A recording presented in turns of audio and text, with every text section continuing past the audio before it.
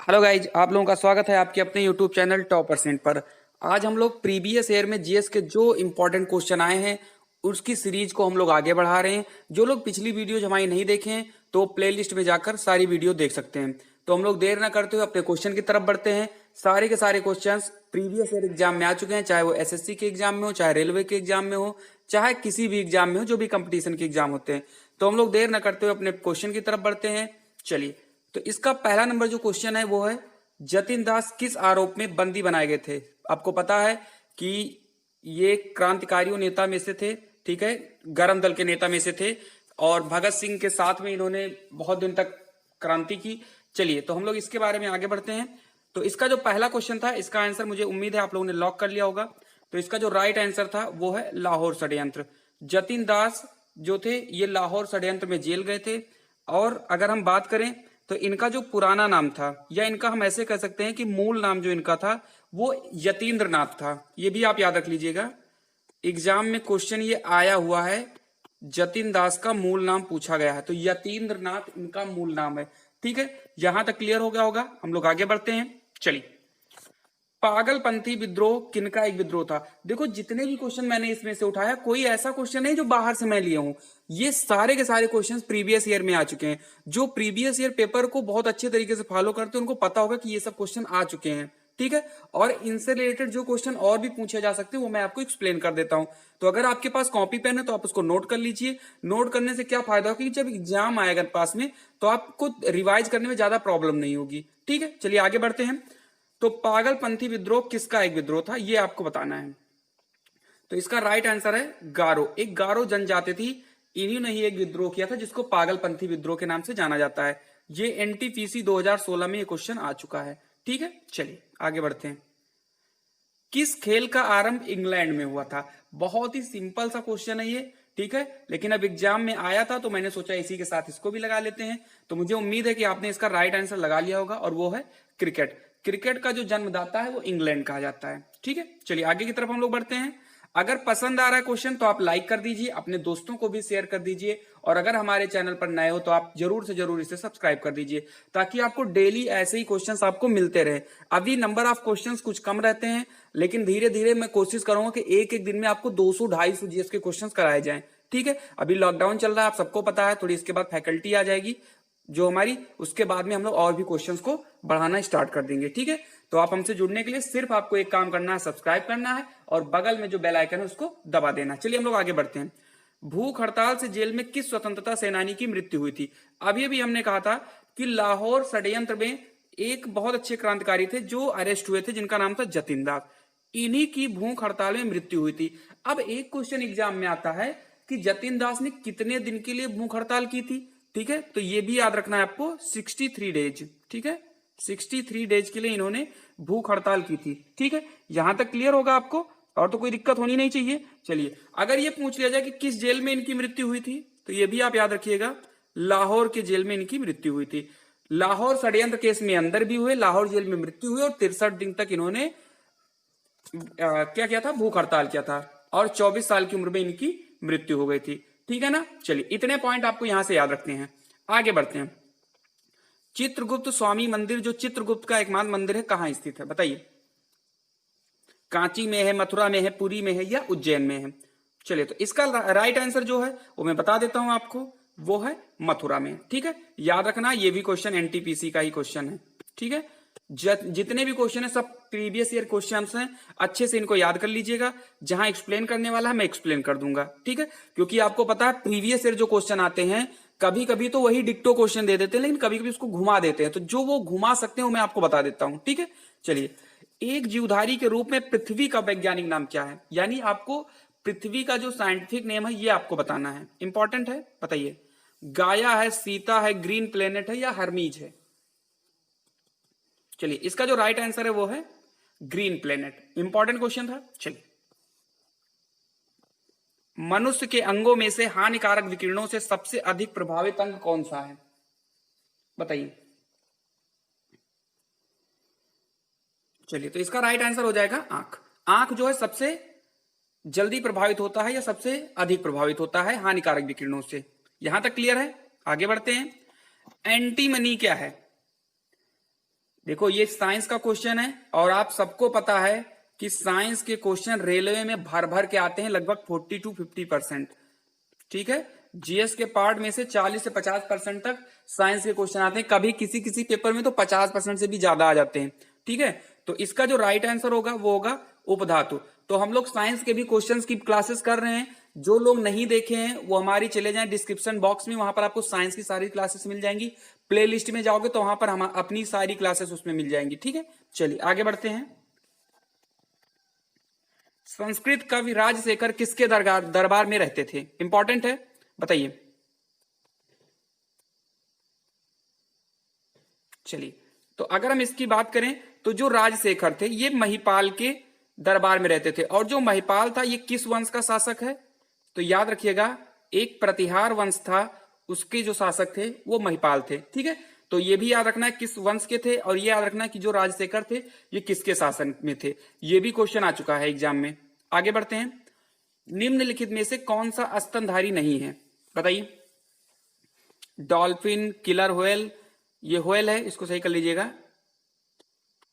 ये व्हेल है। और सी लायन या ब्लू शार्क, बताइए। चलिए, तो इसका जो राइट आंसर है वो हो जाएगा ब्लू शार्क। जो ब्लू शार्क होती है ये स्तनधारी नहीं है। आगे की तरफ बढ़ते हैं। हमको शनि ग्रह के बारे में सूचना देने वाला अंतरिक्ष यान कौन सा है? बताइए। डिस्कवरी है, इनसेट 4 है, एटलस 5 है या केसनी है? चलिए, तो इसका जो राइट आंसर है वो हो जाएगा केसनी। केसनी जो आपका अंतरिक्ष यान है ये शनि ग्रह के बारे में बताता है। आगे बढ़ते हैं। अश्रु गैस में कौन सी गैस होती है? बताइए। आपको पता है कि लॉफिंग गैस होती है, वो तो सबको पता होगा, नाइट्रस ऑक्साइड। अब आपसे ये पूछा है कि अश्रु गैस जो होती है वो कौन सी होती है, तो इसका राइट आंसर हो जाएगा सीएस गैस। सीएस गैस या फिर हम ये कह दें क्लोरोपिक्रिन। ठीक है, ये भी याद रखिएगा, क्लोरोपिक्रिन को भी हम लोग क्या कहते हैं? अश्रु गैस कहते हैं या आंसू गैस कहते हैं। ठीक है, यहां तक क्लियर है। हम लोग आगे की तरफ बढ़ते हैं। लाल रक्त कणों का निर्माण किसमें होता है? बताइए, इंपॉर्टेंट है। आरबीसी का निर्माण किसमें होता है? बताइए। तो अगर निर्माण की बात होगी तो अस्थिमज्जा हो जाएगा। और अब आरबीसी की कब्र किसको कहा जाता है? तो ये कहा जाता है प्लीहा को। इंपॉर्टेंट है, ठीक है, दोनों याद रखना है। अगर पूछा जाए कहां निर्माण होता है तो अस्थिमज्जा यानी बोन मैरो, और पूछा जाए कब्र किसे कहते हैं आरबीसी की, तो प्लीहा या स्प्लीन। ठीक है, चलिए आगे बढ़ते हैं। भारत में हूणों की सत्ता की स्थापना किसके नेतृत्व में हुई थी? इंपॉर्टेंट है, ये भी क्वेश्चन आ चुका है। ये आपके 2019 में जो रेलवे के पेपर हुए थे ग्रुप डी, इसमें ये क्वेश्चन आया था। भारत में हूणों की सत्ता की स्थापना किसके नेतृत्व में हुई थी? चलिए, तो इसका जो राइट आंसर है वो हो जाएगा तोरमाड़। तोरमाड़ के नेतृत्व में हूणों की सत्ता की स्थापना हुई थी। चलिए आगे बढ़ते हैं। देखो मुझे पता है आप लोग जल्दी जल्दी क्वेश्चन चाहते हो, एक्सप्लेन ना करें, बस इसी के इंतजार में रहते हो कि बस जल्दी से खत्म कर दिया जाए। लेकिन एक्सप्लेन भी जहां जरूरी है मैं करता हूं, कि मान लो वो क्वेश्चन अगर घुमा के आ जाए तो भी आप गलत ना करें एग्जाम में। चलिए आगे बढ़ते हैं। राष्ट्रीय आंदोलन के इतिहास में राजद्रोह के लिए दंडित होने वाला पहला नेता कौन था? बताइए। महात्मा गांधी थे, बीडी सावरकर थे, लोकमान्य तिलक या गोपाल कृष्ण गोखले? चलिए, तो इसका जो राइट आंसर हो जाएगा वो हो जाएगा लोकमान्य तिलक। लोकमान्य तिलक जो थे इन्हें राजद्रोह के लिए दंडित किया गया था। ठीक है, पहले नेता थे ऐसे। चलिए आगे बढ़ते हैं। वांडीवास का युद्ध अंग्रेज और किनके बीच हुआ? देखो, जो आपके इतिहास में जितने भी वार हो चुके हैं उनकी वीडियो मैंने बना दी है। इतिहास में जितने भी इंपॉर्टेंट युद्ध हुए हैं वो सारे के सारे हम पढ़ा चुके हैं। तो जिनको भी युद्ध का वीडियो चाहिए उन्हें कुछ करना नहीं, बट डिस्क्रिप्शन बॉक्स में जाइए, एक छोटा सा पार्ट है, 15 से 20 मिनट की वीडियो है। अगर आप इसको देख लोगे पूरा तो आपका कोई भी क्वेश्चन गलत नहीं जाएगा युद्ध से लेकर। तो आप इस वीडियो को देखने के बाद तुरंत ही आप डिस्क्रिप्शन बॉक्स में जाइए, खूब अच्छी से युद्ध है और ट्रिक भी बताई गई है, आपको तुरंत याद हो जाएगा। चलिए, तो अगर हम बात करें तो वांडीवास का युद्ध अंग्रेज और फ्रांसीसियों के बीच में हुआ था, और किस ईयर में हुआ था? 1760 ईस्वी में हुआ था। आप डिस्क्रिप्शन बॉक्स में जाइए, एक भी युद्ध आप गलत नहीं करोगे एग्जाम में, कभी भी आ जाए तो जरूर आप उसको देखिए। चलिए, अंतरिक्ष यात्री कल्पना चावला का जन्म कहां हुआ था? इंपॉर्टेंट है। चलिए, प्रथम भारतीय महिला थी जो अंतरिक्ष में गई थी, तो इनका जन्म करनाल में हुआ था। और करनाल कहां पड़ता है? ये पड़ता है हरियाणा में। ठीक है, याद रखना इस चीज को। ठीक है, इनकी मृत्यु हुई थी 2003 में, ये भी आपको इंपॉर्टेंट है, याद रखना है। मृत्यु 2003 में हुई थी। और कल्पना चावला के साथ में 6 और लोग थे, यानी 7 लोगों की मृत्यु साथ में हुई थी। ठीक है, चलिए आगे बढ़ते हैं हम लोग। जितने भी क्वेश्चन मैंने एक्स्ट्रा बता दिए ये सबसे ज्यादा इंपॉर्टेंट हैं। अगर एक एग्जाम में पूछ लिया गया कि कल्पना चावला कहाँ की हैं, तो ये भी पूछ सकता है कि इनकी मृत्यु कब हुई थी। ठीक है, या इनका कुछ भी पूछ सकते हैं इनसे रिलेटेड, तो आप याद रखिएगा। न्याय की जंजीर किसने स्थापित की थी, बताइए। हुमायूं ने की थी, बाबर ने की थी, जहांगीर ने की थी, अकबर ने की थी। बहुत ही इजी क्वेश्चन है, लेकिन उतना ही ज्यादा ये इंपॉर्टेंट भी है। देखो एक चीज और बता दें हम कि इसकी जो स्थापना, सॉरी, न्याय की जंजीर जो लगवाई थी वो जहांगीर ने लगवाई थी। ये होता क्या था कि जो जहांगीर था ये अपने महल से एक जंजीर थी, उसको, एक नदी थी उनके पास में, उनके घर के, उसके वहां तक इसकी उतनी लंबाई की इसकी जंजीर थी। उस जंजीर में इसने घंटी लगवाई थी, तो जिसको भी जो भी फरियादी आता था उस घंटी को बजाता था और उसकी सुनवाई होती थी। ठीक है, और जहांगीर के बारे में एक बात बताएं तो जहांगीर की जो, क्या बोलते हैं, इनका जो कब्र है, ये भी क्वेश्चन पूछा जाता है, तो यह इनका कब्र लाहौर में है। देखो कब्र से भी क्वेश्चन आते हैं जो मुगल वंश के हैं, तो हम लोग कब्र की ट्रिक बता चुके हैं, भजसा कादी सिलाराबाद।